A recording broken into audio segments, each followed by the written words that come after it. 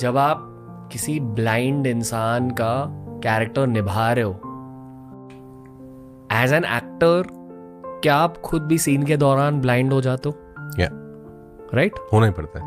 पर आंखें खुली हुई है। But subconsciously you have to tell yourself कि मुझे नहीं दिखाई दे रहा है। कैसे?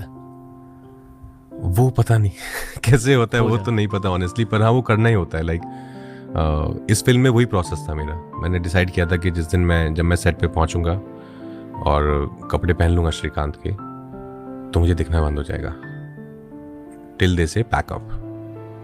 और ये एक मिस्ट्री है, मुझसे भी लोग पूछते रहते थे कि बिकॉज लोग मेरी हेल्प करते थे कि मुझे point A to point B अगर जाना है, थोड़ा लंबा है, तो लोग मुझे लेके जाते थे साथ में कि I would hold someone's hand, किसी का हाथ पकड़ के मैं जाता था। वो बताता था कि सर ध्यान से, सीढ़ी हैं 2, तो मैं स्टेप डाउन करता था, ओके 2 1 2 1 में गिन के। फिर मुझे बीच में लोगों ने पूछा कि राज सच में नहीं दिखाई दे रहा है क्या?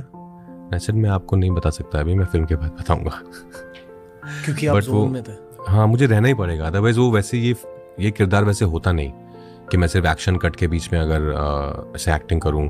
और मुझे वैसी वाली परफॉर्मेंस नहीं देनी थी कि मतलब जो एक ऑब्वियस जो फर्स्ट थॉट आता है when you think of visually impaired, वो ऐसा ही आता है कि अगर आप बहुत ही क्लीशे सोचे तो पहले तो हम ऐसी वाली एक्टिंग करते थे, राइट? ऐसी वाली एक्टिंग भी देखी है हमने फिल्मों में और टीवी सीरियल्स में कि ऐसे ऐसे करते हैं लोग, कोई नहीं करता ऐसा। और उसके बाद जो फर्स्ट थॉट आता है ऑब्वियस वही है कि आप शून्य में देख के और एक हल्का सा बस ऐसे ही रहते हैं, आप बिना पलक झपकाए थोड़ा सा डेड कर लेते हैं अपनी आंखों को। बट मैंने जब वक्त बिताया रियल विजुअल इम्पेयर्ड लोगों के साथ, तब मुझे समझ आया कि एक्चुअली 20 में से एक ही जना ऐसा है जो ऐसे बिहेव करता है, बाकी 19 देयर वाज कांस्टेंट मूवमेंट। उनकी आंखों में कांस्टेंट मूवमेंट था, फेशियल मसल में मूवमेंट था।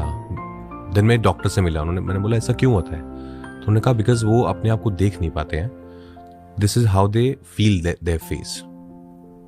उनको लगता है कि अगर मैं किसी से बात कर रहा हूँ तो मैं भी इन्वॉल्व हूँ, तो ये फील जो होता है ना कि मैं अपना फेस फील कर रहा हूँ, वो इससे होता है। When you raise your eyebrows और there is a constant movement in your eyeballs, इससे होता है। वो एक्सप्रेस करने की कोशिश कर रहे हैं वो मसल, फिर वो मसल में आ जाता है of course after a point.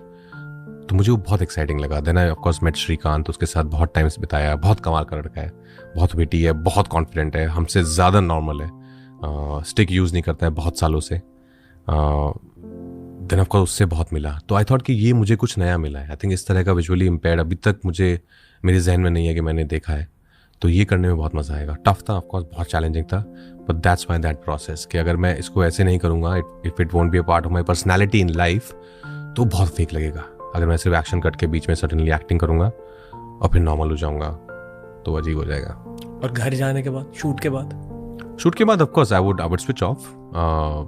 Would switch off, but एक हाँ, जब आप एक कॉन्स्टेंटली एक चीज़ करते रहते हो ना, तो मसल मेमोरी बन जाती है आपकी, राइट? तो कभी कभी बात करते करते बीच में भी हल्का सा मेरा वो ऐसा हो जाता था कि जो इसमें आईब्रो मूवमेंट चल रही है मेरा, तो फिर अपने आप को बोलना पड़ता है आपको, okay you are last right now. Also डर भी लगता है कि ऐसा ना हो कि फिल्म खत्म हो जाए और ये मेरे साथ ही रह जाए। हुआ है कभी? न्यूटन में हुआ था, बिकॉज न्यूटन में मैं थोड़ा सा आंखों का मैंने कुछ अपना किया था कि वो थोड़ा सा बीच बीच में करता रहता है ऐसे। तो मैं फिर शूट के बाद भी मुझे कुछ दिन मैंने रियलाइज किया कि एक्चुअली मैं बात करते करते बीच में मैं ये कर रहा हूँ ऐसे। Then I had to really control it कि as an actor I can't do this, लेकिन मैं इसको हिस्सा नहीं बना सकता अपनी जिंदगी का। कभी कोई हेलुसिनेशन हुई है? हाँ, आई डोंट नो हेलुसिनेशन बोलेंगे, बट हाँ आई एम श्योर हेलुसिनेशन ही था। पर जब आप इमेजिनेशन में जाते हो तो बहुत ही रियल वर्ल्ड में जाते हो कि आपको दिखे। जैसे शुरू की कुछ फिल्म्स, मैंने एक फिल्म की थी रागिनी MMS, हॉरर फिल्म थी, मेरी सेकंड फिल्म थी, तो उसमें बहुत जोन में था मैं उसमें, तो मुझे हर चीज़ से बहुत डर लगता था। मुझे अगर अंधेरे में उस वक्त आप कहीं खड़ा कर दो तो मुझे लगता था कि शायद मुझे दिख जाएगा, तो मैं कभी भी किसी ब्लैंक स्पेस में 2 सेकंड से ज़्यादा देखता ही नहीं था, बिकॉज मुझे लगता था कि अगर मैं 2 सेकंड देखा ना तो मुझे शायद कुछ एंटिटी दिख जाएगी, तो मैं देखता ही नहीं था। लाइक नहीं दिखनी चाहिए, बिकॉज वो विजुअल मुझे चाहिए नहीं अपनी लाइफ में। दिखती थी चीज़? नहीं, लकीली नहीं दिखी, बट ऐसा आपको बनाना पड़ता है अपने माइंड को कि है, कोई है। ये एक अर्बन लेजेंड है कि जब भी कोई हॉरर फिल्म बन रही होती है तो सेट पे भी कुछ चीजें हो जाती हैं। स्त्री में हुआ था, स्त्री में हुआ था, करेक्ट, स्त्री में हुआ था। हम लोग भोपाल में शूट कर रहे थे और हमें एक सर्कुलर आया था होटल में कि ये चीज़ें नहीं करनी है आपको, कि आपको परफ्यूम नहीं लगाना है, लड़कियों को बाल खुले नहीं रखने हैं, आपको लोबान जलाते हैं हम लोग हॉरर फिल्म्स में धुआं के लिए, लोबान यूज नहीं करना है और प्लीज ग्रुप में जाना है, अकेले कहीं नहीं जाना है। तो हमने कहा ओके। तो मैंने परफ्यूम नहीं लगाया उस दिन कि रिस्पेक्ट देम, वो लोकल है, उनको पता है, और लोबान नहीं यूज कर रहे थे।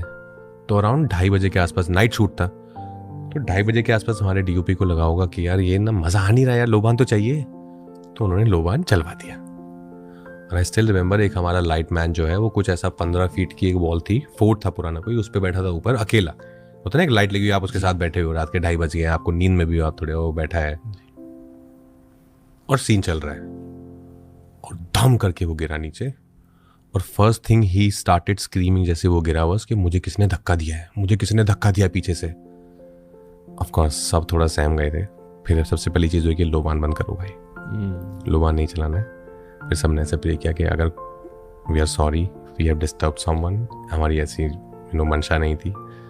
लोबान बंद किया, वापस रीशूट किया। लकली लाइट बॉय ठीक था, उसको ऑफ कोर्स हॉस्पिटल लेके गए। बट या ये हुआ है।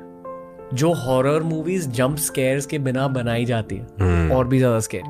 दैट्स ट्रू एक्चुअली, जिसमें दिखता ही नहीं है आपको कभी, वो सबसे ज्यादा स्कैरी होती है। देखते हो आप हॉरर मूवीज? बहुत ज्यादा। बहुत ज्यादा? बहुत I love ज्यादा it. क्यों? बहुत मजा आता है मुझे।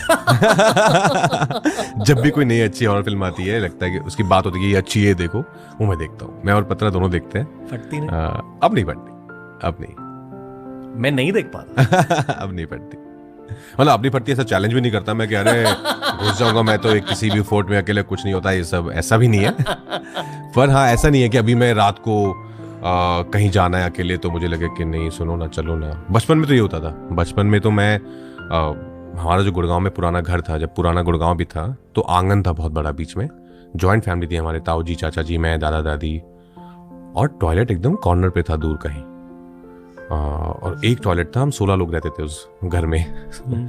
तो मुझे रात को अगर जाना है वॉशरूम तो मैं अपनी मम्मी को उठाता था, बिकॉज ये सब उस दौरान जब जी हॉरर शो ये सब देखना शुरू किया था, तो वो बेचारी मेरे साथ जाती थी 2:30 बजे, और वो बाहर बैठती थी और मैं कहता था मुझसे बातें करते रहो आप, I should know that you are there. Relatable. बहुत सारों के लिए। आहट, जी हॉरर शो और कोई है फैंस के लिए। या क्यों बनाते थे ऐसा शो? आई नो यार, आई थिंक थ्रिलिंग था। हम भी देखते थे, डरते भी थे, पर देखते थे।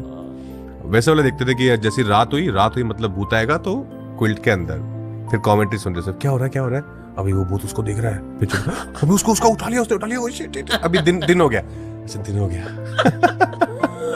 बहुत स्कैरी होते थे कुछ episodes. I know, but now when you look back it's not that scary actually. I think उस एज के लिए हमें बहुत स्कैरी लगते थे। Now if you will go back and watch them again ना, इट्स नॉट दैट स्कैरी। मैंने कभी कोशिश भी नहीं करी है टू गो बैक। मैंने की। Really? अर्चना मैम से मिलने के बाद मैंने सोचा मैं दोबारा देखता हूँ, तो मैंने वो एपिसोड निकाला, मैंने थोड़ा सा देखा, मुझे लगा यार मैं क्यों डरता था इससे इतना यार। साउंड इफेक्ट्स से बहुत कुछ हो सकता है। करेक्ट, और may be because I know her now and I have seen her so much in different things. सबसे स्कैरी हॉरर मूवी आपको कौन सी लगी है जहां सच में फट गई in adulthood? Paranormal 1, paranormal activity 1, conjuring 1, these two I think yeah the most scary ones. Yeah, honestly 90% ना वो स्कैरी होती नहीं है, बहुत कम होती है जो अच्छी स्कैरी फिल्म होती है। पर देख लेते हो आप फॉर थ्रिल, बट जो सच में डरा दे आपको, जैसे कॉन्जरिंग 1 देख के मैं डर गया।